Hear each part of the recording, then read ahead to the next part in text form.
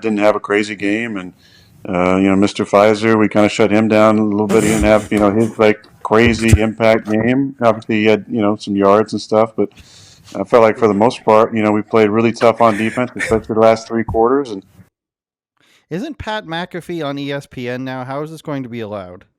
I I don't think know. they were definitely clenching their asses when they heard this because I don't know if we want to get into the entirety of the clip, but yeah, I don't think ESPN very much like that. But to say that they can control Pat McAfee is a bit too much of an ask. I think that guy's just going to go off the hip anytime.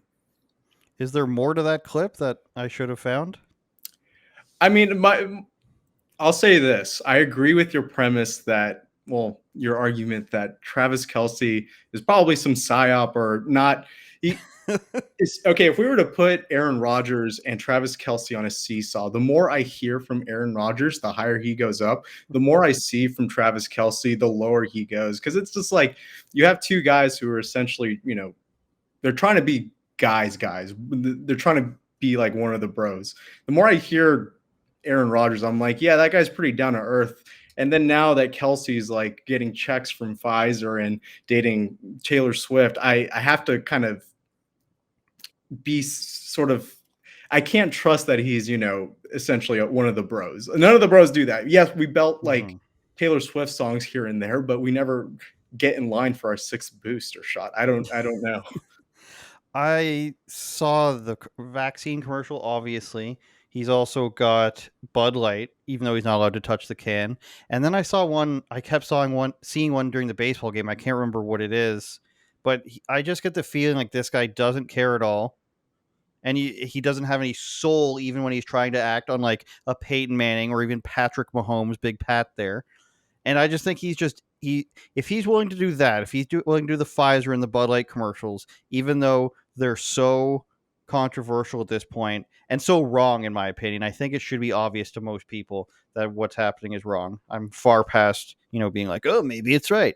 But if he's willing to do that, he's either not caring at all or he's going to just go full bore. And that's why I think that this whole Taylor Swift thing is a PR scam, because all this starts happening at once. And the news breaks to them dating, and so she all of a sudden is at every game and the NFL is just covering it hardcore, and she's hanging out with his friends. Does anybody just jump into this serious of a relationship as a celebrity out of nowhere when it's not a stunt, Eric? Well, absolutely not. It's all fake, and she's also notably been spotted very supportive of the Biden regime, right? And like there's some clips of some old clips of her talking about how we're going to be on the right side of history and bashing Trump and doing all of the establishment puppet shill things that she does. But I think I might, and I'm to your point a little bit about what he's about the money grab, the money play that it is for him, right? So for the agenda or for the establishment agenda, they are still in the mind state that everybody is an absolute idiot. Apparently, for him, I'd say he's a little bit smarter. And I mentioned this last week is that it is less offensive now to be doing this because now it is very clearly just a money play. You're literally just making commercials for a drug maker. Back in 2021, when this thing came out and nobody really knew what was going on, or some people knew what was going on and they were told to shut the hell up, but that's a different story. It would be different to go to bat for this thing without understanding what the larger agenda was. Now he knows he's going to get the bag of money with the dollar sign on it. He knows he's going to get this new little girlfriend to play with for a couple of weeks, and it's all going to go by the wayside in 6 to 8 months, anyways. Because look, Taylor Swift has a history, right? We don't have to. I mean, she's literally worldwide famous for making songs about all the terrible boyfriends she had, and this is just another one on the list. And on top of all that, she's going to bat for Joe Biden. With this celebrity Travis Kelce that we're seeing, I feel like the only sort of point that I related to him in this whole spree of media attention is going to like a leftist chick and thinking I can probably change her if I date her. Oh, and can I mention too? I to your point, not you, Andrew, Alejandro, your point. I think that yes, Aaron Rodgers is going up. Like I told you guys before, like I'm not really in tune with football. If I'm gonna watch sports, it's gonna be basketball. I do dabble in golf a little bit, neither here nor there. But the way that he just kind of throws it out there completely, like totally nonchalant, like it's like almost he's got like a crutch under his arm and he's like, yeah, Mr. Pfizer over there. He just throws it out there, like very, very casually, and I love it. Yeah, he's still got a bit of a dad swag. Like using the insult of Mr. plus this is like Yeah. it always sounds like such a dig. Like if I said, "Hey, Mr. Canada," wouldn't that sound like Exactly.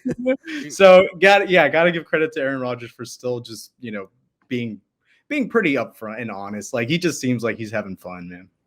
And I isn't think this when you him? have, I was just Well, gonna say, I think when you have that much money, and then the media tried to smear you, and they were calling him a liar for months until he explained himself on Rogan when he said he was inoculated. They just said that he lied about being vaccinated, which he didn't. And you got that much money, I don't think you have any care left in the world. Yeah, he's only got one Super Bowl, but he's still in the That's top more than I 5 for got. most things. I'm just saying he should have more. Well, I think Eli Manning has 2.